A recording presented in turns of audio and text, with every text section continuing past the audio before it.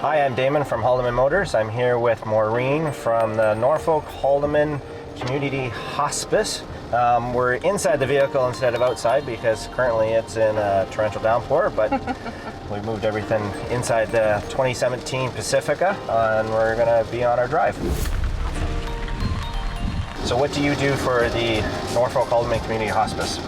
I am supportive care. That is my role. So what does that exactly mean, yes. Right? So supportive care means that I support folks who are living with a life-threatening illness. I support them through their journey, and then I support their families, and I support them afterwards as well. So when we say supportive care, it's also called psychosocial spiritual bereavement, which is this big and nobody knows what it means. Support for heart and mind. That's the easiest way to describe it. Okay. So the emotional support. And currently, how many facilities are in Haldimand and Norfolk? How many hospices? Yes. There isn't a hospice in Haldimand and Norfolk at this time. Oh, okay. Why do you think it's necessary for the Haldimand and Norfolk to have hospice? Well, sadly, folks, illness is a part of life. We don't like to think about that, especially terminal illness, but it is a part of life. And often, I know folks think it's for older people, and Haldimand and Norfolk tends to have, in certain pockets, an older population. But as we see, I don't know why I think I have to watch the traffic here, but sorry. But again, terminal illness or life-threatening illness comes to all different ages, and we certainly have that in Haldimand and Norfolk. So even though there are hospice services that pop in from other areas, we don't have our own here in Haldimand and Norfolk, and we have a population of like 110,000. And there's a need, and I wish to goodness there wasn't a need, but there is a need. And I've been working in this area for quite a number of years, and both Haldimand and Norfolk from one end to the other. And whether it's with a 5-year-old who's palliative and leaving this world, or a 100-year-old, there's certainly a need in that area. And there's a need for hospice beds, because we don't have enough of that. So you must come in contact with a lot of people that require a lot of help and need. Is there any particular story that stands out in your mind? Oh goodness, Damon, there's so many. I can think of a few. There was one family that I supported, and it was a young parent that was passing, and a young, like 40, with a small child. So this mom obviously was struggling, as anyone would at any age, let alone even a young mom. So the work I did with her was to help her do some legacy work that's really important for us to do.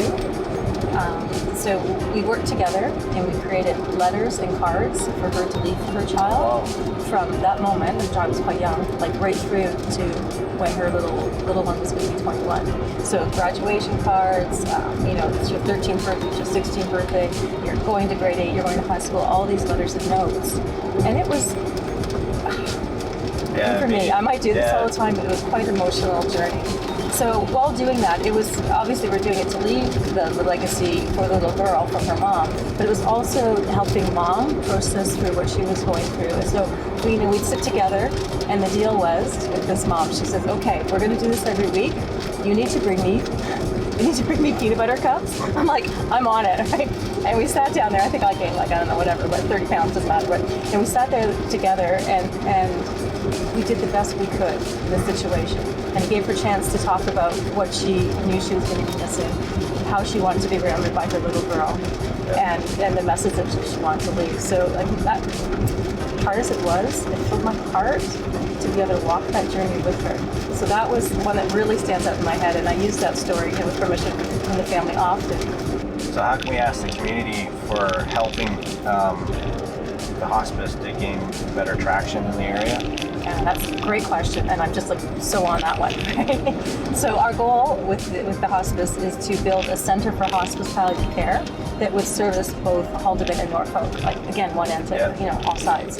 And that center for hospice palliative care would look like a home type setting is a big thing, that would have 6 residential beds, which doesn't seem like a lot to folks, but for the area of 110,000 people, that's what would be needed. So 6 residential beds, and again, that's for very end of life. It would also have bereavement programs, which we have started and that I'm doing now. We'd also have programs for caregivers, we'd have a pain and symptom management program, and hopefully an outreach team. That is our goal, like many other hospices in our area do. So the outreach team, which consists of a physician, a nurse, and like my role, supportive care, go into people's homes and help support them that way. So we want to give the option of the center that can support right from time of diagnosis right through to bereavement. And whether folks are wanting to come in to spend their last final days in the hospice, the beds, then we have that. Or if they want to stay at home as long as they can, we're able to support them in that way. So that said, that is our goal. We're really excited to work towards that goal. We're starting our programs. But at the end of the day, it's going to cost us a whole lot of money. So we're looking to raise $11 million to build our center, and again for Haldimand and Norfolk. So community, we need help with that. You know, there's that saying, I'm sure everybody uses it, but it takes a village. But it really, truly does. I mean, we're all in this together. It's something that everybody, sadly, is going to make use of, whether it's themselves or family, somebody they know. So we're looking to raise that $11 million to build our hospice. On top of that, we are also going to work to raise another $2 million so that we can secure having, operational funds for 2 years. So, money, as much as I hate to say it, that's a big part of where we need. Land. If somebody has a great piece of land out there, we would love that. And also, really important for support is having conversations. People are afraid to talk about dying and death. They're afraid to talk about hospice. They think they're going to catch death if they talk about it. And you don't. And that's a real support for us, is for people to be open enough to start dialogues with their family and to feel comfortable talking about dying and death. And to help support us just again by conversation like we're having now, like we'll tell your neighbor, go tell your friends, and be brave enough to have those death and dying conversations. So that's education, big piece. Please help us with that. And again, it comes down to the funds to build.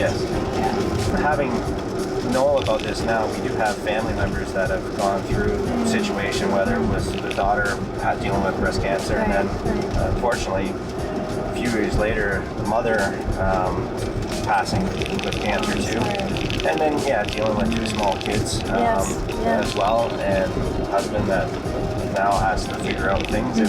I don't know if they had that type of support or assistance. I'm sure it might, if they did, I imagine it helped them pull it through. But if somebody was in that situation, how do they go about contacting somebody like you to assist them with this type of scenario? That's a good question. And I'm sorry that you're going through, that you have gone through what you have. It's so difficult. We don't expect that, but sorry. So for us, we have our Facebook. So Norfolk Haldimand Community Hospice. You can find us on Facebook or Instagram. And we do have programs. So again, my role is the program that we have now, and I'm there for support for families ahead of time and afterwards. They can just call and they can self-refer, and we'll connect and we'll go from there. So, do you enjoy working out in the rural or communities versus a city atmosphere? I absolutely love it. Absolutely love it. I moved to Norfolk 9 years ago, so I will be new for like the rest of my life, I'm thinking. But 9 years and I would never move back. I love it because folks here are very welcoming. And when we go into folks' homes, it's like going into your neighbors. It doesn't matter if I'm visiting somebody in Long Point or in Lowbanks. I feel like I'm visiting a neighbor, and they're very community-oriented, so I'm very proud to be part of Haldimand and Norfolk, and I'm very proud that we're going to be building a center here to support the folks who need it. Well, Maureen, I appreciate the information that you provided. I'm sure there's going to be a lot of folks out there understand more what hospice is and what it does for the community.